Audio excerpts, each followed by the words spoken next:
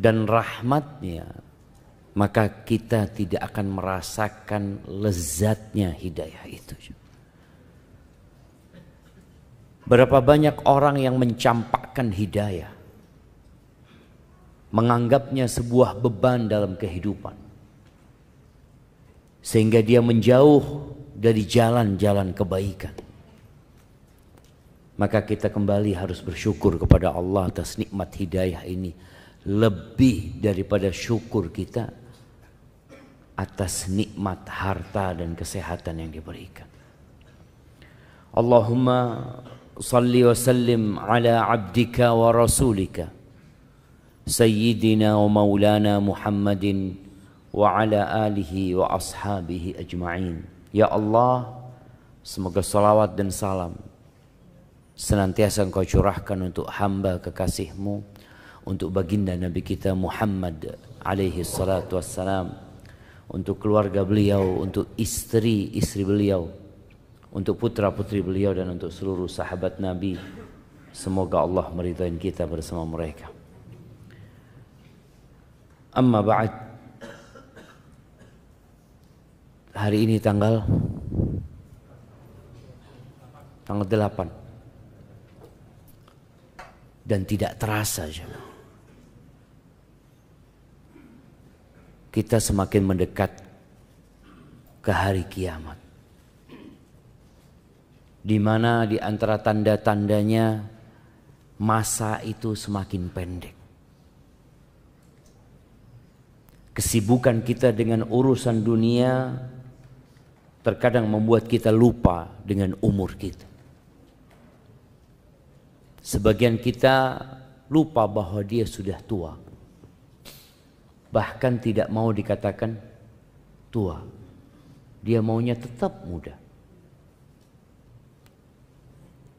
Waktu itu berjalan dan tidak bisa dihentikan. Bagaimana detik berubah menjadi menit, dan kita tidak bisa memberhentikan satu detik pun. Menit berubah menjadi jam, dan setiap hari kita melihat bagaimana jam itu terus berkejaran. Tahu-tahu gelap gulita. Sekarang kita masih gelap nih, bentar lagi terang, dan tahu-tahu gelap lagi, terang lagi, terus tahu-tahu berganti menjadi, Masya Allah, kok ada 2 gelasnya? Masya Allah. Nah, akhirnya menjadi bulan. Bulan berganti menjadi tahun. Dan kita berada di bulan Rajab. Bulan keberapa bulan Rajab itu?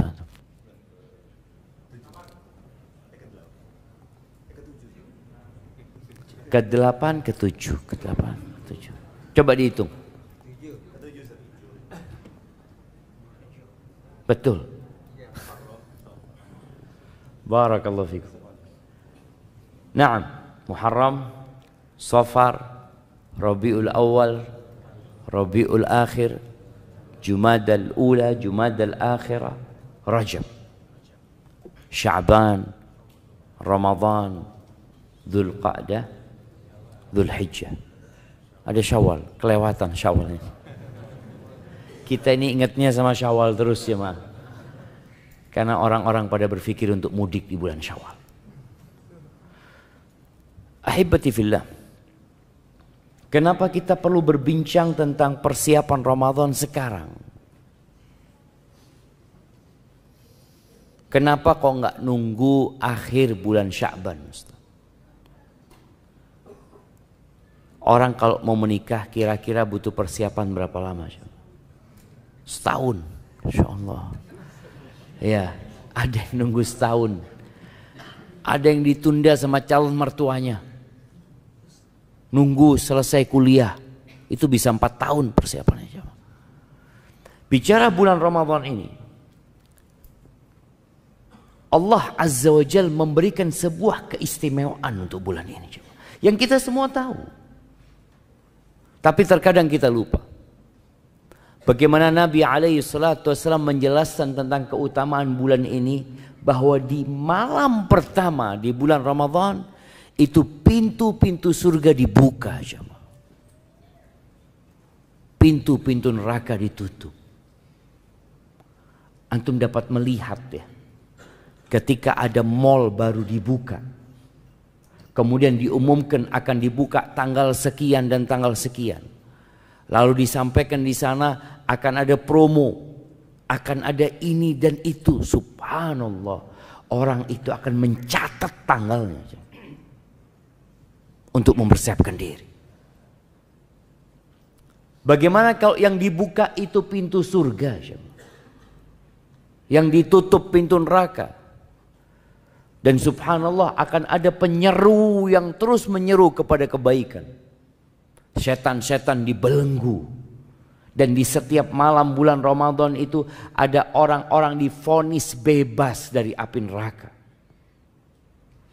Wa fihi lailatun khairun min alfi syahr. Dan di bulan Ramadan kata Nabi alaihi salatu wassalam, ada satu malam yang lebih baik dari 1000 bulan. Lebih baik dari umur kita semua. Siapa yang umurnya 1000 bulan sekarang? Jamaah, ada yang umurnya 1000 bulan? 83 tahun kira-kira, plus 4 bulan. 6 ada? Hampir nggak ada. Dahulu umat-umat sebelum umatnya Nabi SAW dikasih umur yang panjang mereka. Nabi Nuh saja berdakwah selama 1000 kurang 50 tahun. Dan disebutkan bahwa beliau meninggal dunia itu umurnya 1400 tahun. Dan umur kita pendek. Namun Allah Azza wa Jalla memberikan kesempatan kepada kita dengan adanya tambahan umur buat manusia. Salah satunya dengan Lailatul Qadar yang lebih baik dari 1000 bulan. Ya, sebenarnya kita merasakan ada yang mempersiapkan diri untuk bulan Ramadan di bulan Rajab. Dengan apa? Dengan seringnya kita mendengar doa di bulan Rajab ini, Allahumma barik lana fi Rajab wa Sya'ban wa ballighna Ramadan. Oh, hadisnya dhaif itu Ustaz. Iya betul, hadisnya dhaif, tapi nggak apa-apa dibaca tanpa menisbatkannya kepada Rasul sallallahu alaihi wasallam. Dibaca sebagai bentuk kita kepingin dengan bulan Ramadan, kita berdoa agar disampaikan ke bulan Ramadan. Ahibati fillah, bulan Rajab ini salah satu bulan haram. Yang kita tahu bulan haram itu ada 4, sebutkan itu. Muharram,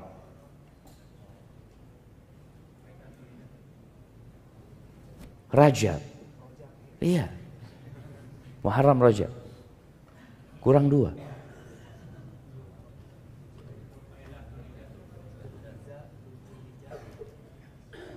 Dzulhijjah,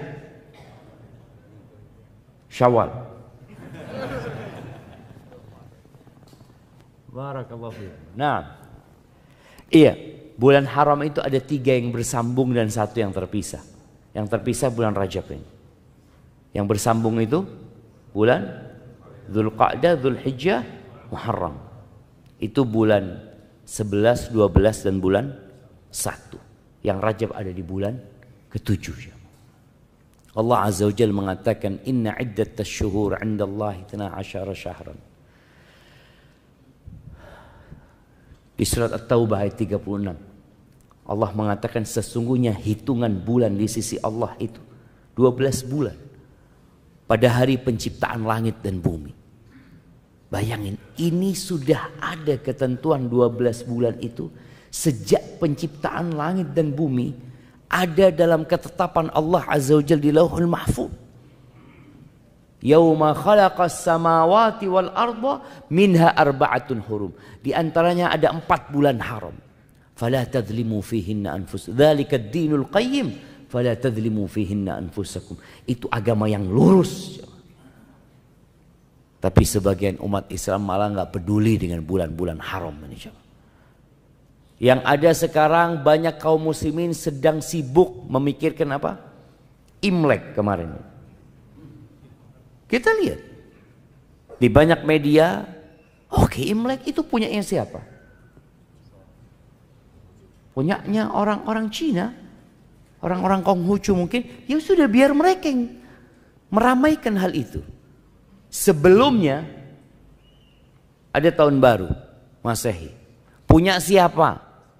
Punya orang-orang umat Kristiani. Biar mereka yang ribut. Kenapa kita harus disibukkan dengan kegiatan orang lain? Antum ketika melihat ada orang punya acara jemaah di pinggir jalan ya. Apakah kemudian semua orang turun di tempat itu? Duduk, ada acara ya? Iya, saya mau ikut gitu loh. Bapak siapa kata dia. Antum akan ditolak sama orang itu. Kenapa? Karena bukan acaranya antum. Tapi kenapa banyak umat Islam yang dengan acara orang lain sibuk dia jemaah? Ya, karena lupa dengan identitas dirinya. Bapak ini siapa? Umpamanya ada tulisan acara pertemuan perkumpulan orang-orang Padang mamanya. Kadang-kala mereka perantau itu kan bikin acara pertemuan gitu loh. Tahu-tahu antum mampir di sana. Antum akan ditanya, "Bapak orang mana?" "Orang Padang." "Bukan. Saya orang Jawa," katanya. "Loh, maaf. Ini acaranya orang Padang, Bapak." Tapi sebagian kita nggak malu. Nggak malu. Kata Nabi SAW, "La tattabi'unna sanana man kana qablakum." Kalian benar-benar akan mengikuti ajaran-ajaran orang-orang sebelum kalian. Bayangkan, kalian itu orang sekarang mengikuti ajaran orang sebelum kalian. Dan mengikutinya secara persis. Shibran bi shibrin. Jadi sejengkal persis satu jengkal kita mengikutinya. Wa dhira'an bi dhira'in. Satu hasta juga kita mengikutinya. Hatta law dakhalu juhra rabbin. Kata Nabi SAW, kalau orang-orang itu masuk ke lubangnya dhab, salah satu jenis iguana padang pasir itu jemaah, kalian akan masuk. Maka hibati fillah mengingatkan kembali dengan bulan-bulan Islam yang sudah ditetapkan sama Allah, dan ini bukti identitas kita. Ana muslim.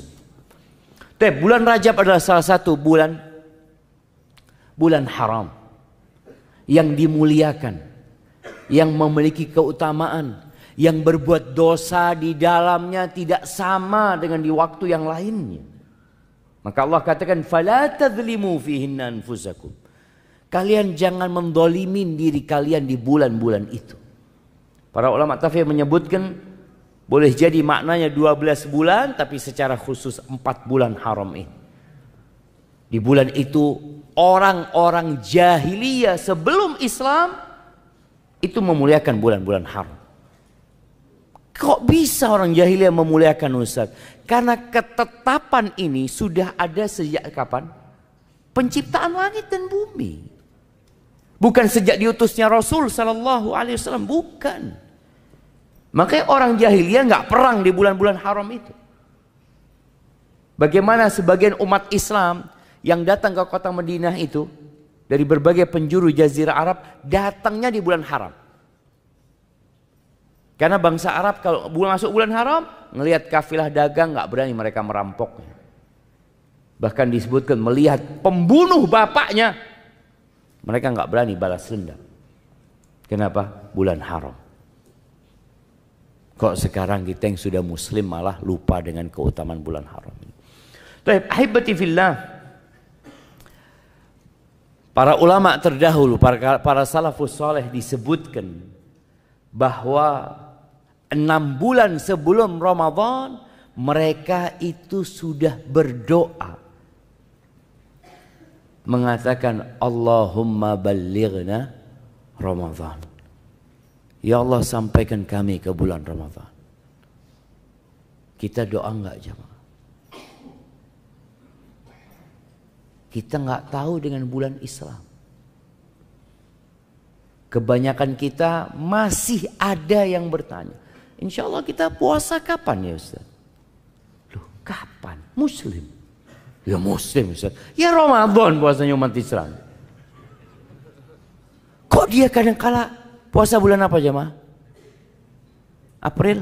Maret, April. Sejak kapan disyariatkan puasa di bulan Maret? Coba cari kitabnya. Baca buku-buku fikih. Ketika bicara rukun Islam, ada nggak pembahasan di situ puasa bagi umat Islam dimulai tanggal berapa Maret? Tanggal berapa? 21? 22. Dimulai 22 Maret, selesai tanggal April. Nggak ada semua. Yang ada bulan Ramadan. Maka nggak perlu lagi kita sibuk. Kapan insya Allah kita puasa ya? Kapan kita insya Allah lebaran? Dan itu terus dibicarakan oleh umat Islam. Maka mulai tahun ini usahakan. Kita mulai pandai mengatakan kepada orang-orang yang masih nggak tahu. Tanya kapan insya Allah puasa? 1 Ramadan. Loh ya itu 1 Ramadan kapan? 1 Ramadan itu setelah 30 Sya'ban insya Allah. Kasih tahu dia. Karena dia nggak tahu kapan yang namanya 1 Ramadan. Betul jemaah. Dia nggak tahu bahwasanya sebelum Ramadan itu namanya bulan Sya'ban. Kasih tahu dia. Dan insya Allah dengan cara seperti itu umat Islam semakin kenal. Ketika ulama terdahulu mereka mengatakan Allahumma ballighna Ramadan, ya Allah sampaikan kepada kami bulan Ramadan, karena bulan Ramadan itu ada di hati mereka.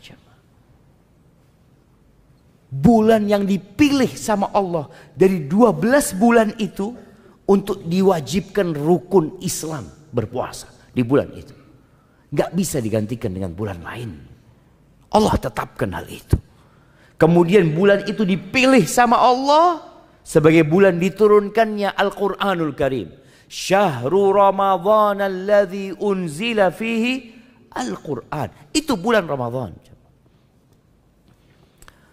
Dan bulan Rajab ini adalah bulan persiapan untuk Ramadhan.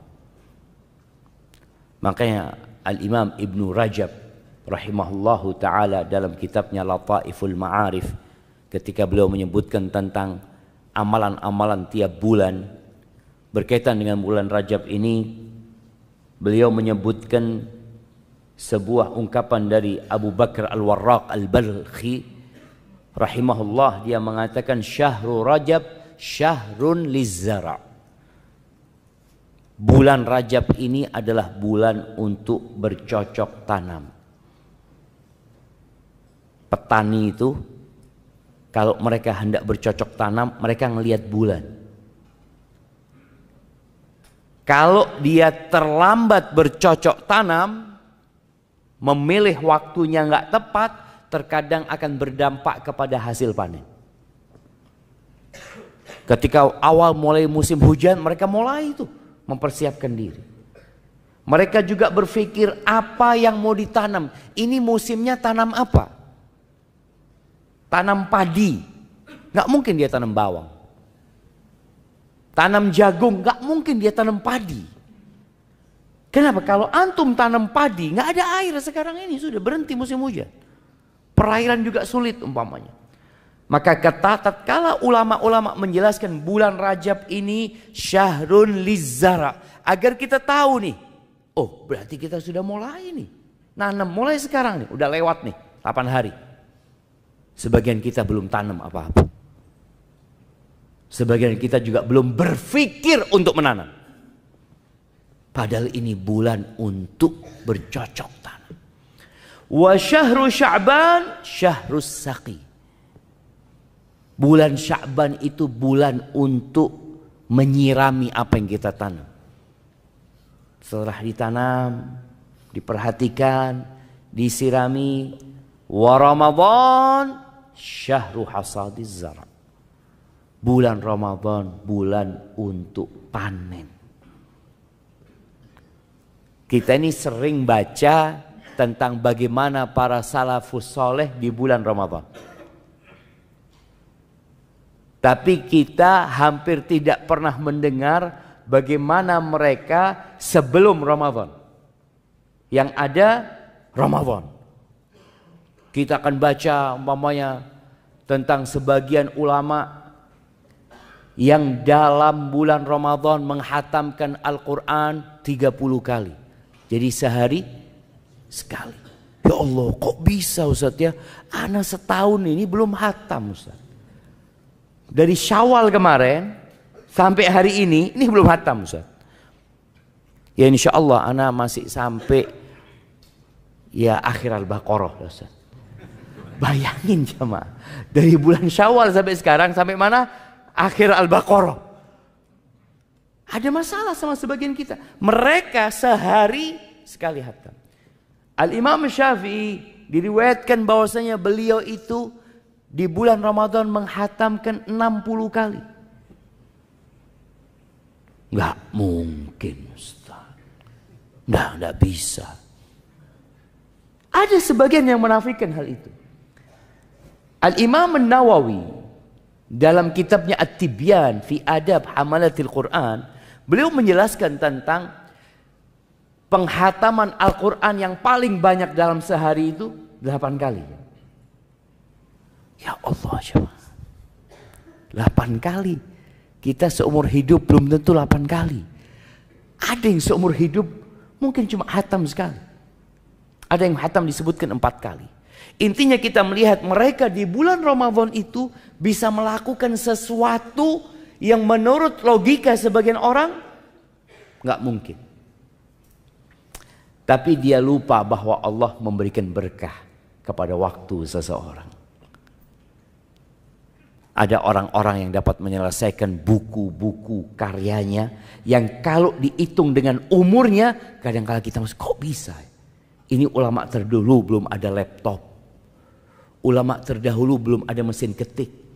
Ulama terdahulu yang ketika nulis harus pakai tangan dengan pena yang berulang kali jamaah. Habis pena, habis tintanya dia taruh lagi di tinta. Dia tulis lagi. Tapi mereka dapat menghasilkan hasil karya yang sampai hari ini umat Islam menikmatinya. Kita nggak bisa melakukan itu. Baca aja nggak selesai. Jangan ngarang buku kita. Baca aja nggak selesai. Maka disinilah berkah. Dan juga mereka menjelaskan adanya persiapan dan pelatihan yang dilakukan mereka sebelum bulan Ramadan. Maka mereka mengingatkan paling tidak bulan Rajab itu kita sudah siap-siap. Dan alhamdulillah sebenarnya kita melihat umat Islam di bulan Rajab ini banyak menambah amalan. Cuma amalannya kadangkala tidak diajarkan sama Rasul Sallallahu Alaihi Wasallam. Ini jadi masalah. Ada yang namanya sholat raghaib. Mungkin sebagian kita nggak tahu ya. Para ulama menyebutkan tentang sholat raghaib ini, dia itu sholat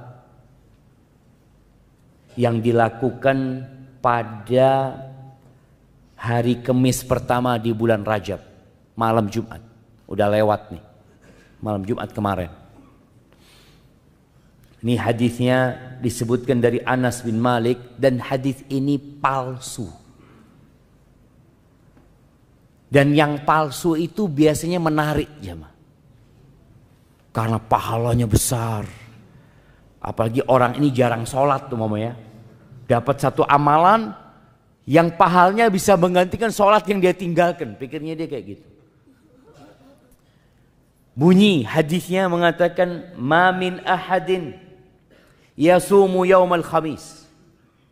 Tidak ada satupun orang yang puasa hari Kamis awal bulan Rajab. Kamis awal bulan Rajab. Thumma yusalli. Kemudian dia salat fi ma bainal isya wal atama. Dia sholat di antara maghrib dan isya. Pada malam Jumatnya 12 rakaat dia sholat. Dia baca di setiap rakaat dengan Al-Fatihah 1 kali dan membaca Inna anzalnahu fi lailatul qadr 3 marrat 3 kali. Bayangin ya. Dia baca Al-Fatihah 1 kali dan baca Al-Qadr 3 kali. Ini mengingatkan dengan Ramadan sebenarnya. Sebagian kita itu hampir nggak pernah baca imam aja kita bicara imam.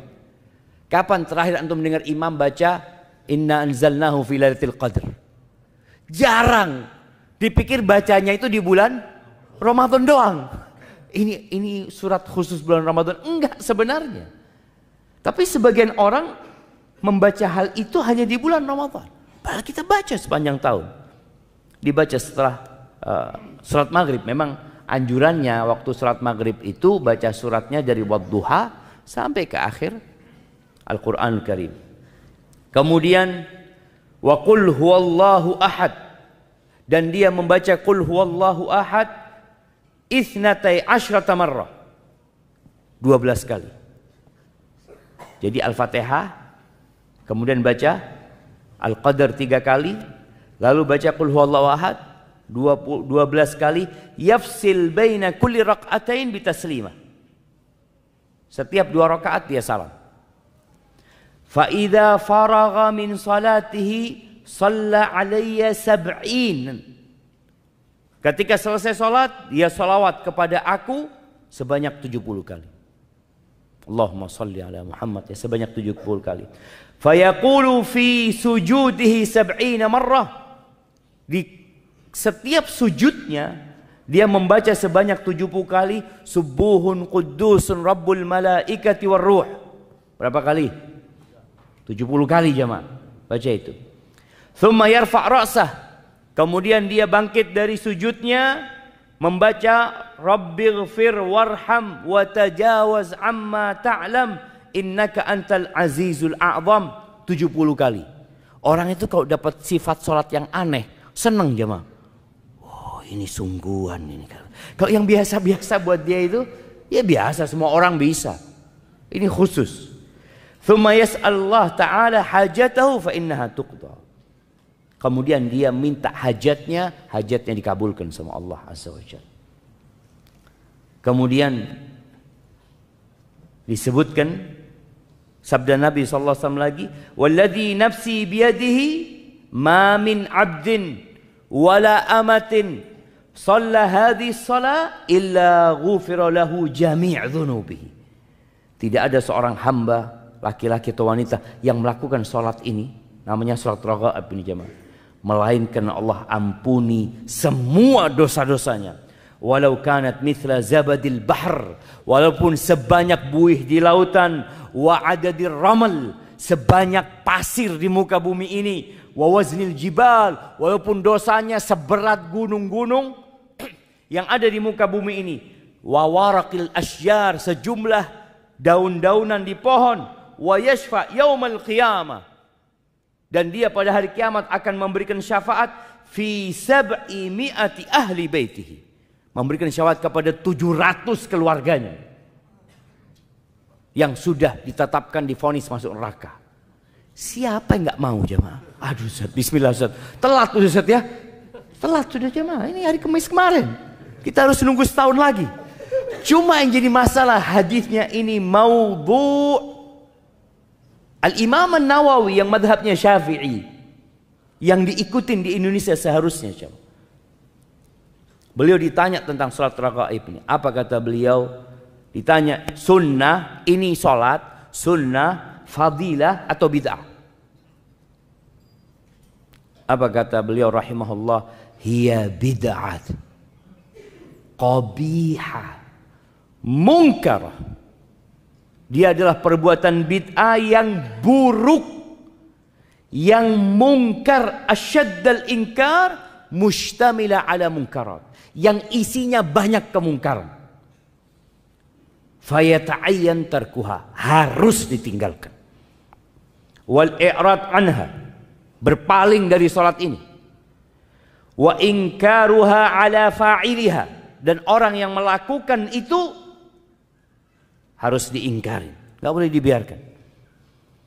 Wala yughtar bi kathratil fa'ilina laha. Jangan tertipu dengan banyaknya orang yang mengamalkan hal itu.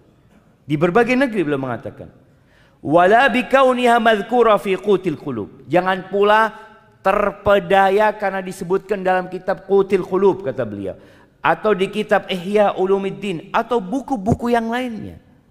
Karena memang nggak ada itu seperti itu.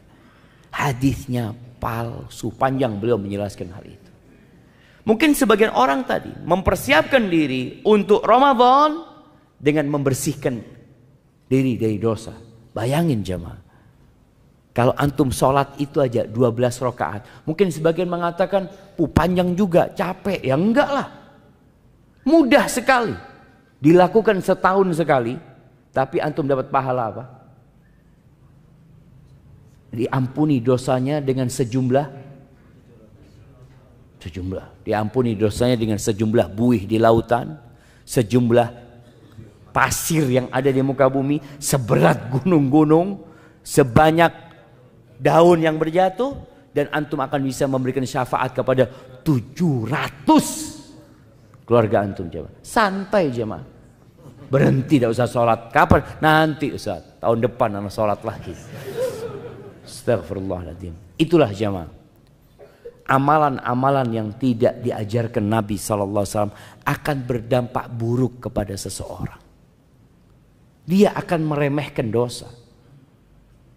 Maka semoga kita tahu bulan Rajab ini memang bulan untuk bercocok tanam, tapi bercocok tanam yang sesuai dengan sunnah Nabi SAW. Karena syarat diterimanya amalan itu dua. Yang pertama, ikhlas. Yang kedua, sesuai dengan sunnah. Kita nih yang udah kenal sunnah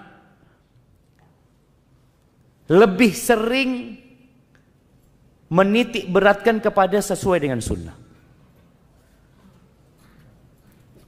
Kita lupa dengan syarat yang pertama, yaitu ikhlas lillahi ta'ala.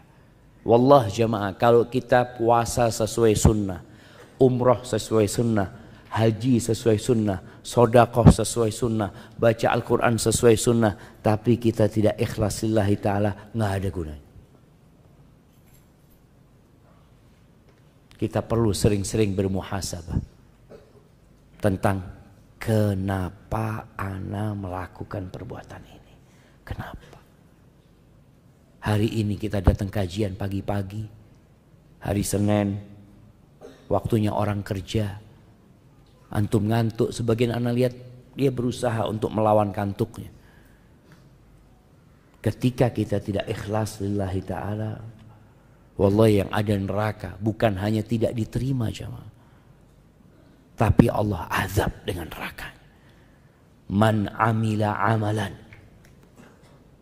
kata Allah dalam sebuah hadis qudsi, asyraka fihi ma'i ghairi taraktuhu wa syirka. Barang siapa yang beramal sebuah amalan yang dia menyisipkan selain aku dalam amalan itu, dalam niatnya, aku tinggalkan dia dengan yang aku disekutukan olehnya. Taib, ahibati fillah, perlunya persiapan ini sebagai bentuk kita serius, kita sungguh-sungguh. Perbedaan orang munafik dengan orang beriman, tatkala ada sebuah momentum. Kalau di masa Nabi SAW itu, ya ada panggilan jihad fi sabilillah, ada ajakan untuk berperang, yang waktunya itu kadangkala ya insidentil, tidak ditetapkan. Kita mau berangkat bulan ini, enggak dikatakan ya kita berangkat, umpamanya tanggal sekian, hari ini. Orang-orang munafik itu jamaah selalu saja punya alasan. Dia datang kepada Rasulullah SAW, ya Rasulullah, ana nggak bisa ikut perang, ana punya acara ini, ana punya ini, punya itu, mohon maaf mereka. Terus seperti itu. Nanti ketika Nabi SAW pulang dari satu peperangan dan mereka tidak ikut perang, Mereka datang lagi minta maaf kepada Rasulullah SAW. Ya Rasulullah, kami ini sebenarnya kepingin ikut perang, kepingin berangkat, tapi mungkin anakku sakit, ini itu, banyak alasan. Apa kata Allah di surat At-Taubah ayat 46? Walau aradul khuruja la a'addu lahu uddah. Dan jika mereka benar-benar mau berangkat untuk berperang itu, tentulah mereka menyiapkan persiapan untuk keberangkatan itu. Siap tapi nggak jadi. Tapi kan dia mau berangkat. Seperti seorang umpamanya ketika dikatakan yuk kita berangkat punya acara ini. Dia katakan, ya Allah, anak itu tas sudah siap. Semua sudah siap tapi anak-anak sakit. Ini benar. Dia memang ingin sehingga dia membuktikan itu dengan persiapan. Apa kata Allah? Walakin karihallahum bi'athahum. Mereka memang gak kepingin berangkat. Dan Allah gak suka dengan keberangkatan mereka juga. Fathabbatahum. Maka Allah melemahkan keinginan mereka. Jadi kemauannya itu Allah bikin lemah. Dan dikatakan waqila qudu ma'al qa'idin. Sudah kalian duduk sana bersama orang-orang yang tinggal yang gak ikut perang. Begitu pula kita dengan Ramadan. Kita benar enggak ingin mendapatkan Lailatul Qadar? Kita benar enggak ingin mendapatkan vonis bebas dari api neraka di bulan Ramadan itu?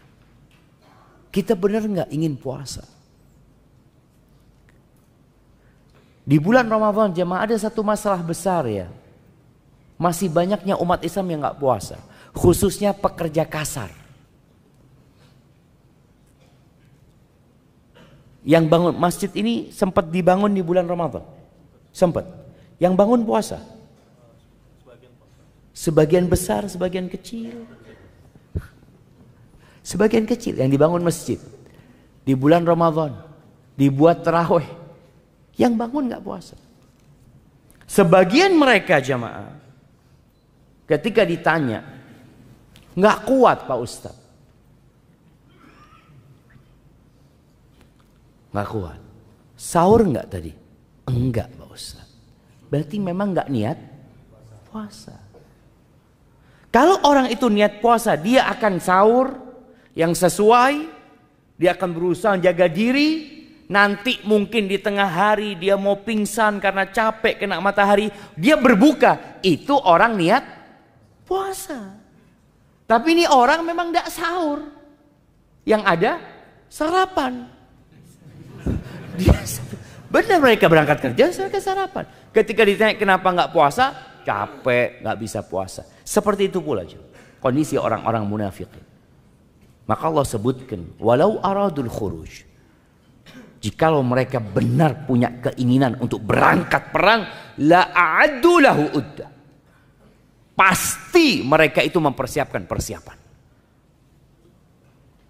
Maka di sini antum dapat melihat kenapa para ulama terdahulu kok bisa hatam Quran sehari 1 kali, 2 kali, ada yang 3 malam hatam Al-Quranul Karim. Kok bisa ya mereka iktikaf ya? Mereka kan punya keluarga Pak Ustaz. Mereka kan juga butuh urusan dunia. Mereka persiapkan. Di sini loh waktu Rajab ini. Antum mau iktikaf nggak? Mau iktikaf Ustaz? Ya persiapkan sekarang. Oh kan masih lama Pak Ustaz. Persiapannya sekarang bulan Rajab ini. Yang mau ngajukan cuti. Mungkin. Orang itu kalau mau mudik persiapannya berapa lama untuk beli tiket kereta api jemaah? Sebulan. 2 bulan sebelum kadangkala mereka sudah mempersiapkan jamaah. Bahkan setahun sebelumnya mereka persiapan buat mudik. Dari sisi dia menabung ya. Karena dia anak mau pulang. Loh buktinya mau pulang anak nabung gitu. Karena anak mau pulang anak harus beli tiket pesawat buat 4 anak Ustaz seperti itu. Maka dia mempersiapkan hal itu. Ahibati fillah, persiapan yang paling utama adalah ya namanya bercocok tanam. Persiapannya adalah membersihkan tanah itu jemaah. tanah yang hendak kita tanamin ini dibersihkan dahulu. Mungkinkah antum menanam jagung sedangkan ilalang masih tumbuh tinggi? Nggak mungkin. Bisa Ustadz, bisa. Tapi hasilnya jelek. Mungkinkah antum tanam padi pada saat sawah itu masih banyak ilalang dan belum dibajak, jamaah? Nggak mungkin, jamaah. Artinya orang aja berpikir seperti itu. Bagaimana kalau yang akan ditanamin ini, tanah itu namanya al-qalbu. Qalb. Tempat Allah memandang, jamaah. Tempat kebaikan itu tumbuh. Tempat keimanan, tempat ketakwaan. Yang kata Nabi SAW, at-taqwa hahuna. At-taqwa hahuna. Ketakwaan itu di sini. Beliau menunjukkan kepada dadanya, jantungnya itu 3 kali. Dan kita tahu puasa Ramadan ini apa kata Allah? Ya ayyuhalladzina amanu kutiba alaikumus siyam kama kutiba alal ladzina min qablikum la'allakum tattaqun. Disyariatkan puasa itu. Allah katakan, wahai orang-orang yang beriman, diwajibkan atas diri kalian berpuasa sebagaimana diwajibkan atas umat-umat sebelum kalian. Apa targetnya? La'allakum tattaqun. Di mana tempat takwa itu? Hahuna, kata Nabi SAW. Di sini. Maka sekarang kita perlu bersihkan tanah itu. Bersihkan hati kita dari segala penyakit hati. Dari dosa-dosa yang biasa kita lakukan. Sebenarnya jamaah, Rasul SAW itu sudah mengajarkan kepada kita amalan harian untuk membersihkan hati. Salat 5 waktu. Itu untuk penghapusan dosa, jamaah. Sampai beliau mencontohkan tentang salat yang 5 waktu itu. Menurut kalian gimana kalau orang itu punya rumah, di depan rumahnya itu ada sungai. Dan dia mandi 5 kali di sungai itu, jemaah. Bersih enggak, jemaah? Bersih. Hal baqiya min daranihi syai'. Kata Nabi SAW, apakah ada yang tersisa? Apa ya, jemaah? Daron itu kalau bahasa Jawanya bolot. Apa bahasa? Apa? Daki. Kadang-kala kalau kita kulit kita diginiin, ada kayak lumpurnya, jemaah. Bismillah.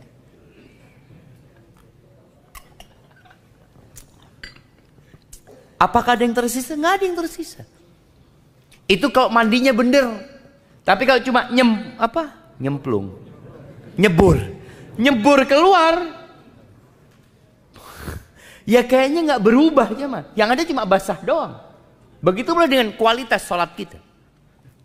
Tatkala sholat kita yang 5 waktu ini berkualitas, seperti antum mandi, ya, antum sabunin diri antum, ya, kemudian antum siram lagi, ada yang disabun, kemudian pakai batu, jemaah.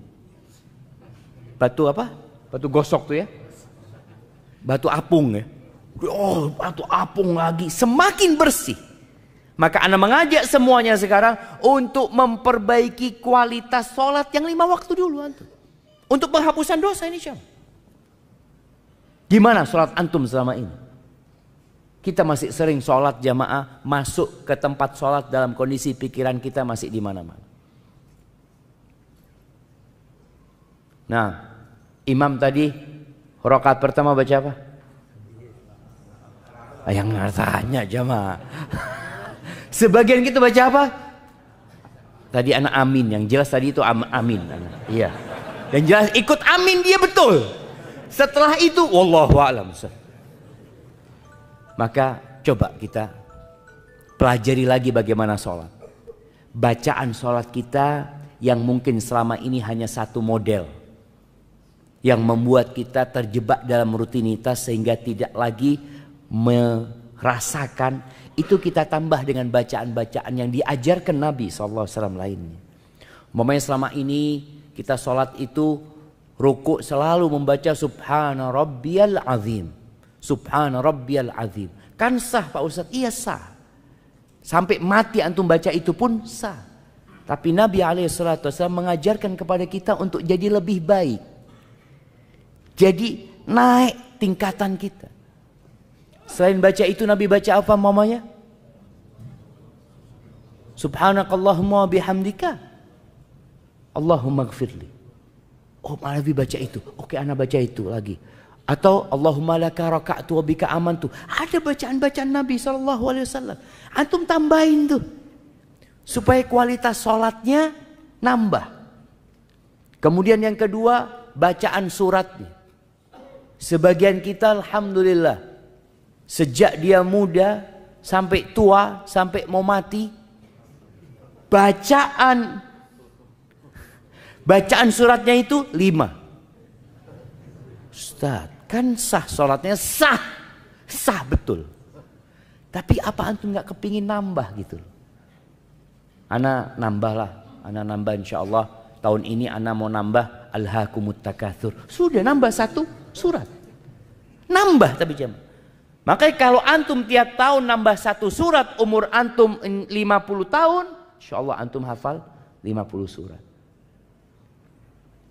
Yang umur 40 tahun anggap sudah. Yang dari umur 1 sampai 10 tahun itu nggak dihitung sudah jemaah. Karena dia sudah punya hafalan yang pendek-pendek itu. Yang dia hafal ketika dia masih kecil. Dia punya 40 surat. Sudah hatam juz amma plus 3 surat. Juz amma selesai. Tambah al-mursalat. Tambah al-insan. Tambah al-qiyamah. Itu 40 surat. Yang umurnya 40 tahun. Tapi kita melakukan itu enggak jemaah? Oh jangan memberatkan Pak Ustadz. Bukan urusan memberatkan. Jemaah ini setahun sekali nambah 1 surat. Tapi kadang-kadang kita nggak punya. Keinginan aja nggak punya. Tadi kita sebutkan bagaimana Allah menegur orang-orang munafikin. Walau aradul khuruj. Kalau mereka punya keinginan untuk berangkat. Buktinya apa? Persiapan. Kalau kita punya keinginan tiap tahun menambah 1 surat, buktinya apa? Ana lakukan. Ana lakukan. Tiap hari ana dengerin Ustaz. Insya Allah jamaah 1 bulan antum tiap hari dengarkan Alhaakumut Takatsur, hafal. Insya Allah. Nggak sulit.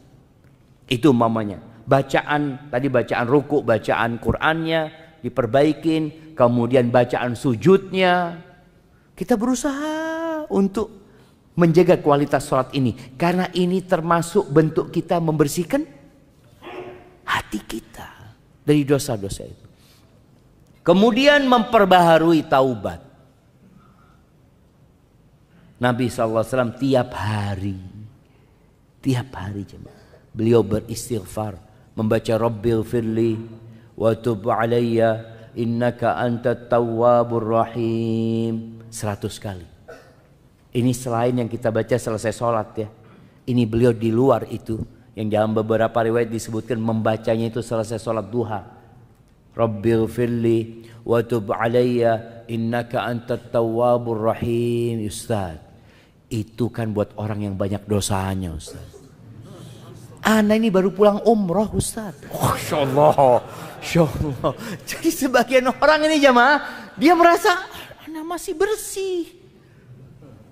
Nabi SAW jamaah, beliau benar-benar mengajarkan kepada kita agar kita tidak sok suci.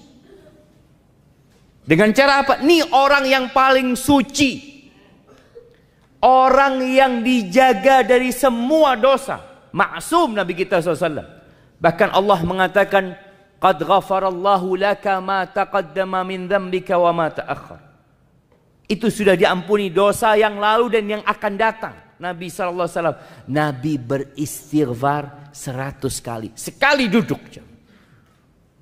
Maka mulai saat ini usahakan tiap hari antum punya waktu duduk beristighfar 100 kali. Dihitung. Dihitung. Pakai tangannya itu lebih mulia. Tapi yang nggak biasa ngitung mungkin bisa pakai tasbih umpamanya. Tapi tasbih ini jangan sampai kelihatan orang. Karena ada orang yang habis pakai tasbih langsung di gelang. Iya Ustaz kan nggak apa-apa. Iya nggak apa-apa. Tapi kadangkala jadi ria. Kelihatan. Ada yang lebih parah lagi kadangkala antum habis tasbih langsung dikalungkan. Nggak dikalungkan di situ, digantung di mobilnya. Insyaallah. Supaya kelihatan ini orang ahli tasbih. Ustaz suudzon, Ustaz. Ya, jangan suudzon makanya. Enggak, jangan suudzon. Husnudzon gimana? Mungkin buat hiasan, Ustaz. Ah, itu husnudzon. Iya, mungkin buat hiasan, bukan dia mau nunjukkan dia ahli tasbih. Tapi ingat, hitung jangan, hitung. Boleh pakai tasbih, menurut pendapat yang boleh pakai tasbih, tapi meninggalkan yang lebih utama. Yang lebih utama pakai tangan kita. Karena ini bicara tentang alat untuk menghitung. Ada yang emak-emak sekarang subhanallah ya, pakai yang apa? Yang digital, cincin ya. Ana sampai ngelihat itu dihiasin seperti permata, ini itu. Ya Allah, buat apa? Ini alat untuk ngitung. Bukan alat untuk gaya. Tapi akhirnya berubah jadi untuk bergaya. Ingat, bukan hanya sekedar alat untuk menghitung. Kalaupun antum mau menghitung banyak orang umpamanya, antum bisa menghitung dimasukkan ke kantongnya. Dihitung. Rabbighfirli wa tub alayya innaka antat tawwabur rahim. Loh, kan kelihatan mulutnya Ustaz pakai masker. Betul, Anda lihat masker ini juga bisa menjadi alat menyembunyikan zikir kita aja mah. Antum pokoknya kalau mau zikir pakai masker. Sampai orang ketahuan, oh ini lagi berzikir ini. Padahal orang udah nggak pakai masker semuanya, dia sendirian pakai masker. Tapi intinya kita berusaha untuk menyembunyikan hal itu. Usahakan jemaah setiap hari, mulai hari ini antum sudah. Camkan ana mau seperti Nabi SAW, sekali duduk 100 kali istighfar. Dan antum merasakan bagaimana hati itu jadi bersih. Karena Nabi SAW menyebutkan, idza adznaba atau innal abda idza akhta'a khati'atan. Seorang hamba apabila melakukan perbuatan dosa, nukitat fi qalbihi nukta sauda. Akan ada nokta hitam. Itu seperti ilalang tadi yang ada di tanah, akan ada nokta itu. Fa in huwa naza'a wastaghfara wa taba suqila qalbuh. Kalau dia meninggalkan dosa itu, dia beristighfar dan dia bertobat, maka hatinya dicemerlangkan bersih. Jadi antum mau nanam apa saja siap. Wa in ada zida fiha.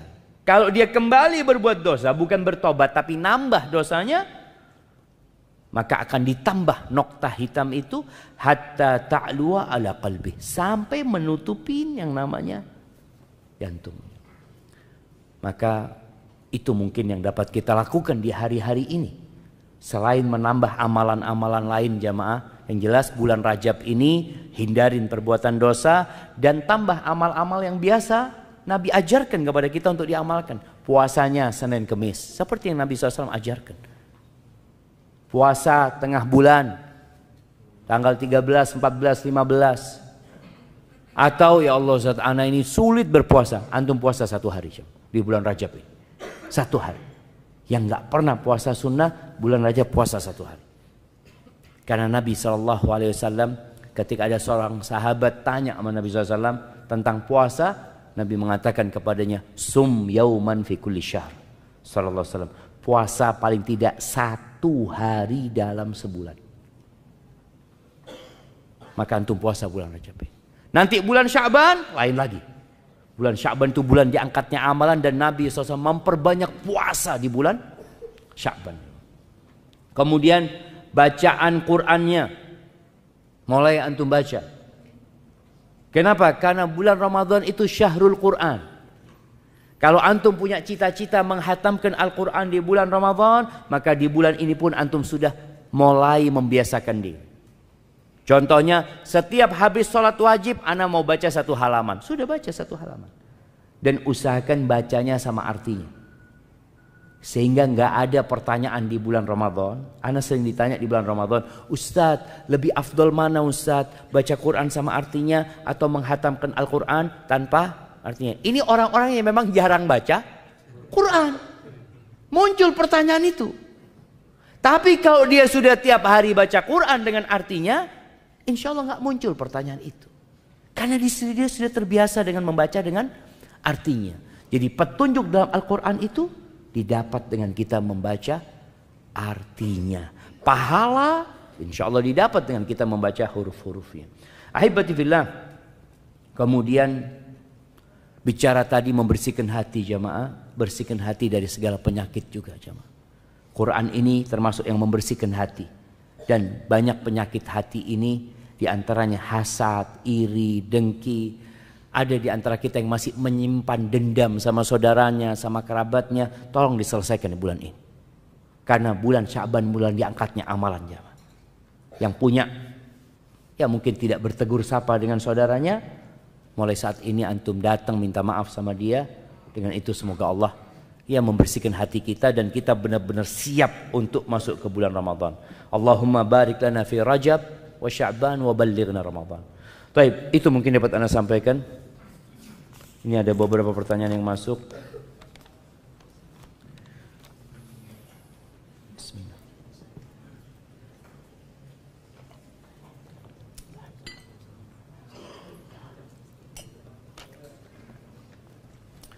Ustaz, saya adalah pelaku maksiat yang sangat akut.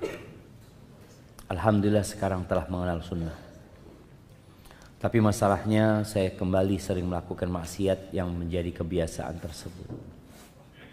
Terutama ketika sedang sendirian.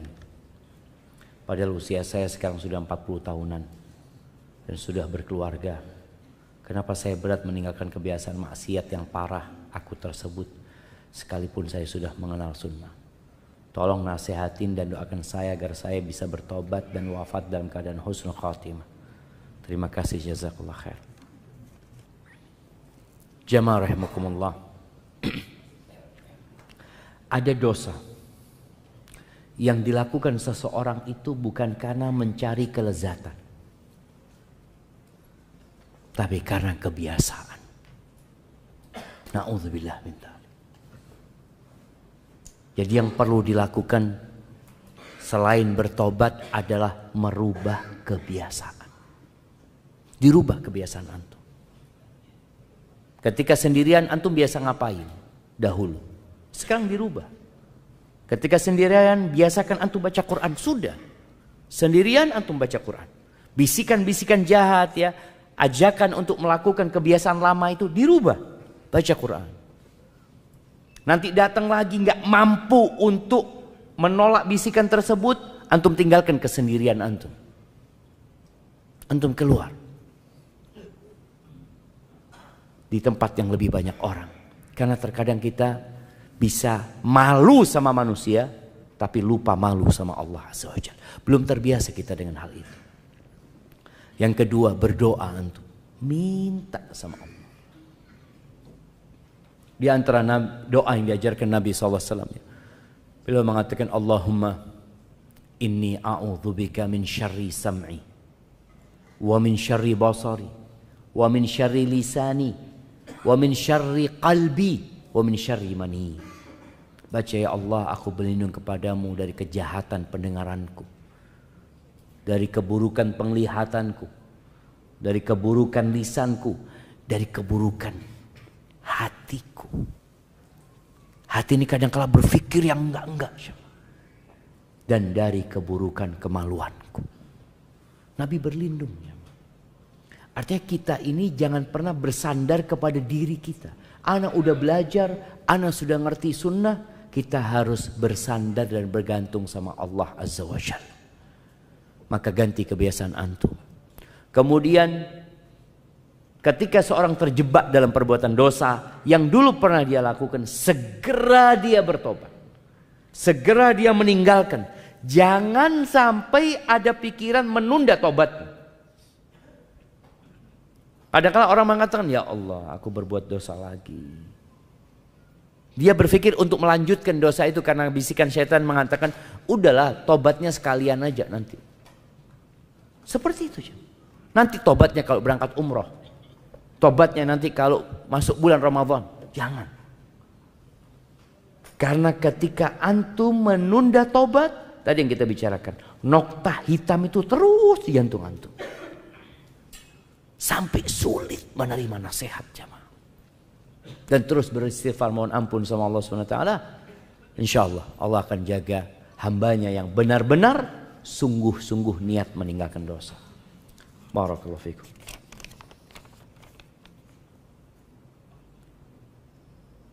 Suami saya berencana iktikaf tahun ini.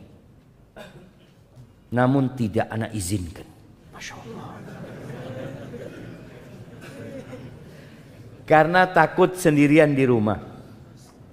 Apakah anak istri yang durhaka Ustaz karena menghalangi suami berbuat kebaikan? Jazakallah khairan. Yang pertama, suami juga perlu memperhatikan kondisi istri. Kalau dia bersama istrinya tinggal di pinggiran hutan yang banyak binatang buas, ya jangan iktikaf antum. Atau iktikaf bersama istri. Tapi kalau istri tinggal di tempat yang nyaman, yang aman, yang suaminya keluar kota nggak ada masalah, yang suaminya bekerja nggak ada masalah, tapi mau iktikaf jangan, itu bermasalah istrinya. Maka kalau dikatakan apakah ini istri durhaka, tadi tergantung kondisimu. Kalau memang letak perumahanmu di tempat yang berbahaya, kalau nggak ada suami di malam hari, maka suami harus tahu diri. Karena dia punya kewajiban untuk menjaga istrinya. Jangan sampai istrinya nanti ya mau datang perampok atau datang pencuri ini dan itu. Tapi kalau tempatnya aman, insya Allah nggak ada masalah. Istri juga nggak berhak karena sudah dipilihkan sama suaminya tinggal di perumahan yang aman, yang tentram dan sudah dicukupin semua kebutuhan. Jangan sampai suami mengatakan ana mau iktikaf. Nah, loh gimana urusan makan kita? Wallahu alam. Ana nggak tahu. Anti cari sendiri nggak boleh. Karena suami punya kewajiban memberikan nafkah kepada istrinya. Kalau memang mau iktikaf tadi udah disiapin makanannya, semua kebutuhan istri sudah disiapkan semuanya. Insya Allah boleh dia iktikaf. Hadza wallahu a'lam bissawab. Tapi ini masya Allah jemaah, ketika persiapannya dari sekarang itu bagus. Dia sudah mulai mencatat gitu. Atau boleh jadi tadi kalau ternyata tempat istrinya ini berat Ustaz. Artinya memang perumahannya nggak baik, ya dia carikan tempat yang baik, umpamanya kos-kosan yang dekat dengan masjidnya, nggak terlalu jauh dari masjid ya. Istri juga bisa tiap hari. Istrinya mungkin nggak iktikaf, tapi istrinya bisa ketemu suaminya tiap hari sholat tarawehnya di masjid yang sama umpamanya. Dan ketika iktikaf jamaah, antum nggak harus cari masjid yang ada kajiannya. Karena iktikaf itu sejatinya antum berdiam diri di masjid untuk beribadah kepada Allah Azza wa Jalla. Rasul SAW ketika iktikaf ya udah beliau iktikaf di tempat beliau. Jadi tujuannya antum fokus beribadah kepada Allah Azza wa Jalla. Kalau dapat masjid yang ada kajiannya alhamdulillah, nggak dapat sudah. Nggak perlu keluar kota juga ya. Oh di tempatnya Ustadz Fulan, tempatnya Ustadz Fulan. Enggak. Masjid depan kampung antum, iktikaf di sana.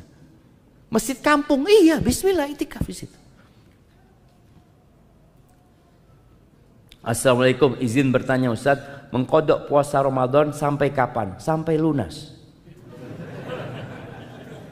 Loh iya cuma sampai kapan mengkodok puasa Ramadan? Ya, sampai lunas. Artinya kalau ternyata sampai bulan Sya'ban belum lunas, antum masih punya utang. Dan Allah kasih waktu mengkodok itu jemaah sampai datang waktu yang selanjutnya. Artinya kita dikasih waktu sampai bulan Sya'ban. Karena nanti masuk Ramadan sudah ada kewajiban yang baru. Maka tolong disegerakan mengkodoknya, jangan sampai lewat Ramadan. Tapi kalau kemudian sampai lewat Ramadan belum bayar utang, tetap itu terhitung utang, harus dikodok gitu. Dan juga harus beristighfar mohon ampun sama Allah SWT.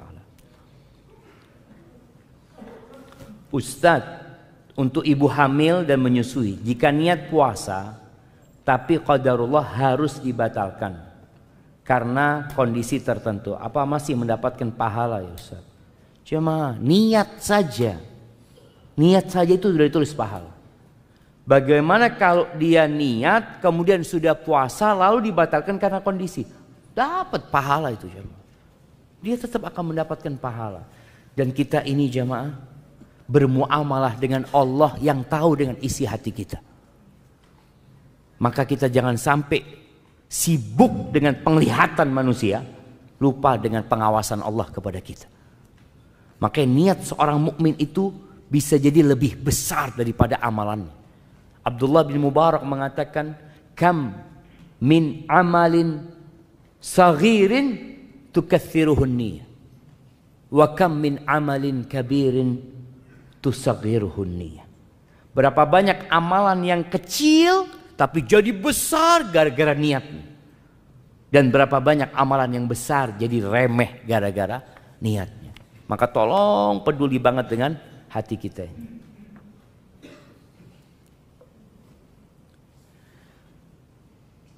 Semoga Allah merahmati Ustadz dan keluarga serta seluruh kaum muslimin. Ustadz, sebagian salaf di 6 bulan setelah Ramadan berdoa agar amalan diterima.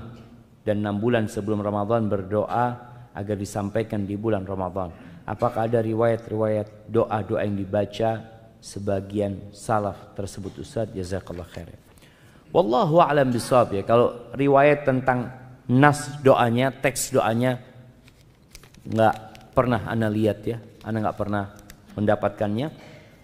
Mungkin ada di buku-buku para ulama. Tapi yang jelas berdoa minta diterima itu seperti doanya Nabi Ibrahim. Rabbana taqabbal minna innaka antas samiul alim. Makanya setelah Ramadan itu biasanya mereka saling mendoakan dengan ucapan apa? Taqabbalallahu minna wa minkum. Itu yang riwayat disebutkan mereka saling mendoakan dengan taqabbalallahu minna wa minkum. Kalau bicara bagaimana doa supaya disampaikan ke bulan Ramadan, ya mungkin seperti yang ada riwayat dhaif, Allahumma ballighna Ramadan ya, atau Allahumma barik lana fi Rajab wa Sya'ban wa ballighna Ramadan. Mohon nasihatnya Ustaz. Buat suami saya, insyaallah. Ini kayaknya dibawa ke sini suami. Yang masih merokok. Apa ada doa khusus Ustaz? Ana suka kasihan, tidur aja nggak tenang, batuk terus. Ini jam. Orang kadang-kala karena kebiasaan. Udah kebiasaan dia merokok. Sebagian mereka itu sudah tidak menikmatin lagi. Jam. Rokok itu udah nggak menikmatin dia.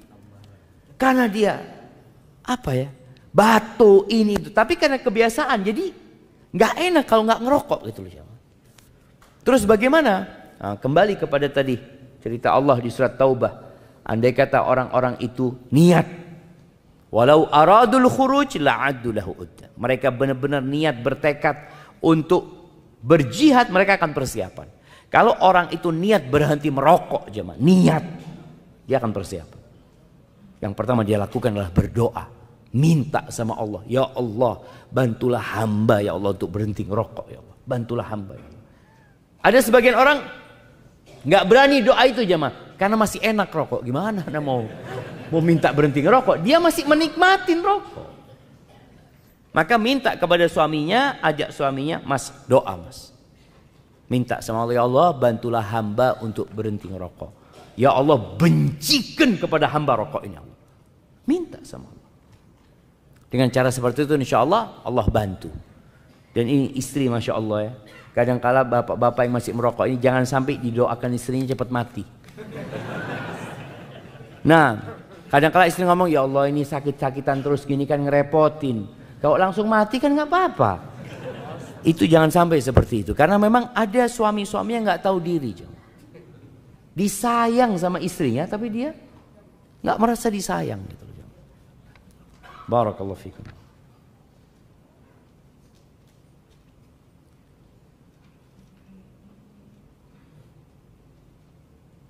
Afwan Ustaz, mohon nasihatnya.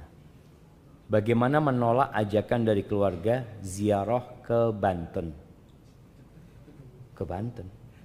Tapi supaya mereka mengerti dan tidak menyinggung mereka.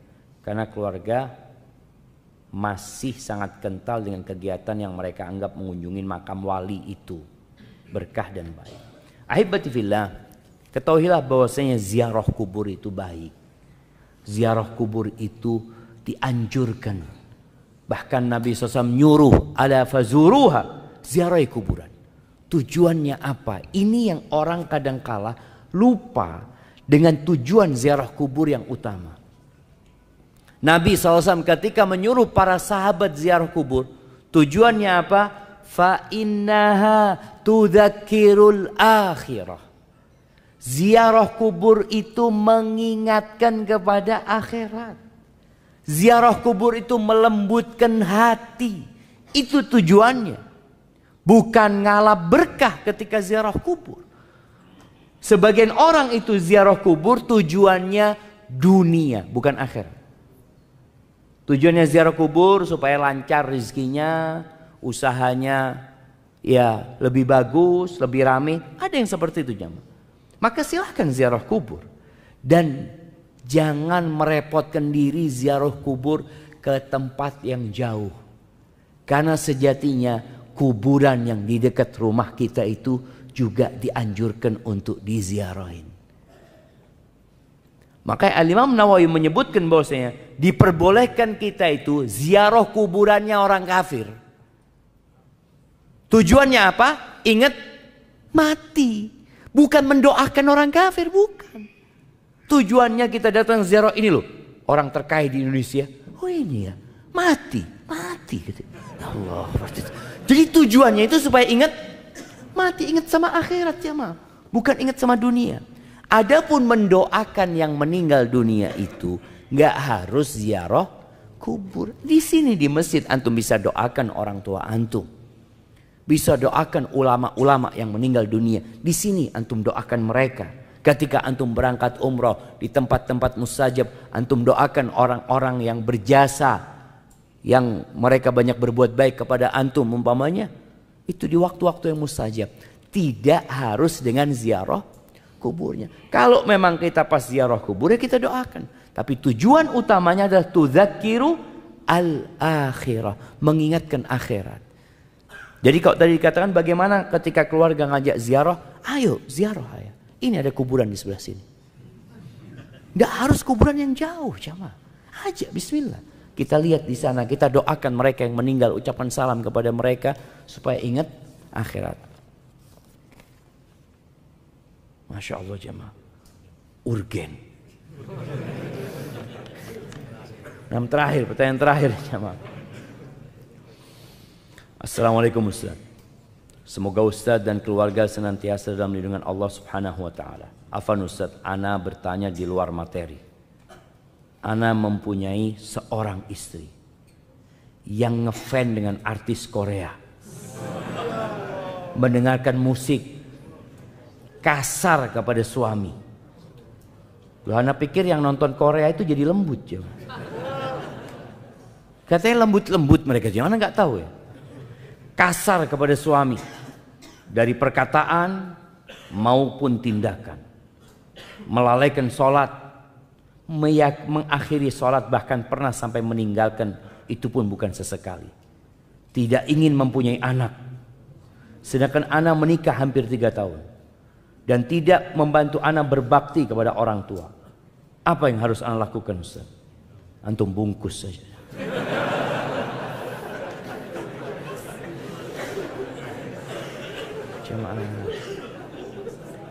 Padahal anak setiap hari menasihatin istri, tapi tidak ada perubahan. Dan anak sudah pernah mendiamkannya selama sepekan. Berdosakah anak menceraikannya Ustaz? Iya jemaah. Jadi yang pertama, seorang itu kadangkala perlu minta ampun sama Allah Azza wa Jalla. Kalau ternyata dia memilih istrinya ini tidak sesuai dengan kriteria yang sudah ditentukan dalam agama. Allah sudah kasih arahan. Wa ankihul ayama minkum wassalihina min ibadikum wa imaikum. Allah sudah kasih arahan yang soleh-soleh, yang baik, yang dinikahin. Nabi SAW juga memberikan penjelasan. Tapi antum kok akhirnya dapat istri seperti ini? Boleh jadi dia dulunya soleha. Enggak usah, dia dulu soleha. Cuma kalau karena bergaul ini dan itu, dia jadi seperti ini. Maka antum cari tahu penyebabnya. Dia seperti itu. Kalau ternyata penyebabnya memang sebelum menikah dia sudah seperti itu, berarti masalahnya ada di siapa? Di antum. Tapi kalau ternyata enggak Ustaz, dia awalnya suka ngaji, Masya Allah, nurut sama suami. Setelah dia suka bergaul sama fulana umpamanya dia berubah. Berarti kan penyebabnya itu. Antum perlu mencari tahu penyebabnya. Baik, kalau bicara antum memberikan nasihat, setelah memberikan nasihat jamaah, lalu dia tidak mau mendengarkan, perlu didiamkan. Bukan sebulan, bukan sepekan, boleh jadi sebulan, boleh jadi 2 bulan antum diamkan. Ada salah satu istri Nabi SAW itu yang didiamkan sama Nabi SAW 3 bulan. Ya. Siapa yang tahu namanya? Nah, Hafsah, bukan. Nah, Zainab bintu Jahsh. Yang ngomong Hafsah kasih hadiah, nggak apa coba. Itu didiamkan 3 bulan kira-kira sama Nabi SAW. Gara-gara Zainab ini sempat rasis. Ketika Nabi SAW datang minta tolong sama Zainab untuk meminjamkan ontanya kepada Sofia. Dia mengatakan kepada Nabi SAW, "Ata'madu ila ba'iri fatu'ti hadhil yahudiyah." Engkau mau ambil ontaku, engkau pinjamkan kepada orang Yahudi. Itu Nabi marah, ditinggal sama Nabi SAW 3 bulan. Sampai Zainab itu sudah kayaknya dia akan diceraikan. Dia berpikir itu. Kasurnya Nabi itu sudah diberdirikan sama dia. Maka ketika antum memang serius untuk memperbaiki istri antum, antum lihat dia termasuk yang butuh sama antum tidak. Jadi memang masalahnya seorang suami ketika dia ngasih nasihat, tapi habis itu dihubungin istrinya, sang istri akan pasang badan. Suamiku butuh sama aku. Tapi ketika engkau pastikan enggak, aku kepingin engkau benar. Aku butuh sama engkau tapi sebagai seorang istri yang soleha. Tapi kok ternyata dia nggak berubah, kalau dikatakan apakah antum berdosa kalau menceraikan? Enggak, ini sebuah kemuliaan buat antum. Dan boleh jadi dengan antum menceraikan dia, semoga dia dapat suami yang bisa memperbaiki dia. Kalau ternyata antum tidak bisa memperbaiki, dan semoga antum dapat ganti yang lebih baik. Dan termasuk lama jemaah ini pengaruh media sekarang ya. Perempuan nggak mau punya anak ya. Korea itu kayak gitu. Sekarang Korsel, mana lagi? Jepang ya, Cina sendiri. Padahal nggak mau punya anak mereka cuma. Karena juga ini nggak tahu apakah istrinya bekerja atau tidak. Kadang-kadang ada perempuan-perempuan yang dipekerjakan oleh suaminya untuk cari tambahan nafkah. Tapi ada perempuan yang memang niat bekerja sendiri. Maka biasanya perempuan yang tidak bekerja itu, ya kalau dia soleha, dia akan nurut sama suaminya gitu. Enggak, aku akan mau punya anak, aku akan didik anakku dengan baik. Tapi gara-gara dia harus bekerja, kadang-kadang dia merasa aku kalau, dan itu penyebabnya jemaah. Yang anak baca, tadi malam anak baca itu. Kenapa kok terjadi resesi seks di sana? Ternyata mereka menyebutkan bahwa mereka itu adalah perempuan-perempuan pekerja. Yang dia kalau hamil, dia baru dapat cuti melahirkan saja. Cuti hamil itu nggak ada buat dia. Coba perempuan itu kalau dikasih cuti hamil selama 9 bulan, cuti lahiran 3 bulan, cuti nyusui 2 tahun, insya Allah pada mau punya anak mereka jamaah. Setiap cuti dikasih gaji bulanan, nggak apa-apa gitu kan. Cuma ini kan mereka dipekerjakan terus dipekerjakan, maka mereka malas mau punya anak. Alhamdulillah syariat Islam ini memberikan sebuah kemuliaan dan penghormatan buat para wanita yang memberikan nafkah siapa? Laki-lakinya, suaminya yang memberikan nafkah. Hadza wallahu a'lam bissawab. Itu yang dapat Anda sampaikan, kurang lebihnya mohon maaf. Semoga Allah menyampaikan kita ke bulan Ramadan. Allahumma ballighna Ramadan. Subhanakallahumma bihamdika asyhadu an la ilaha illa anta astaghfiruka wa atubu ilaik. Assalamualaikum warahmatullahi wabarakatuh.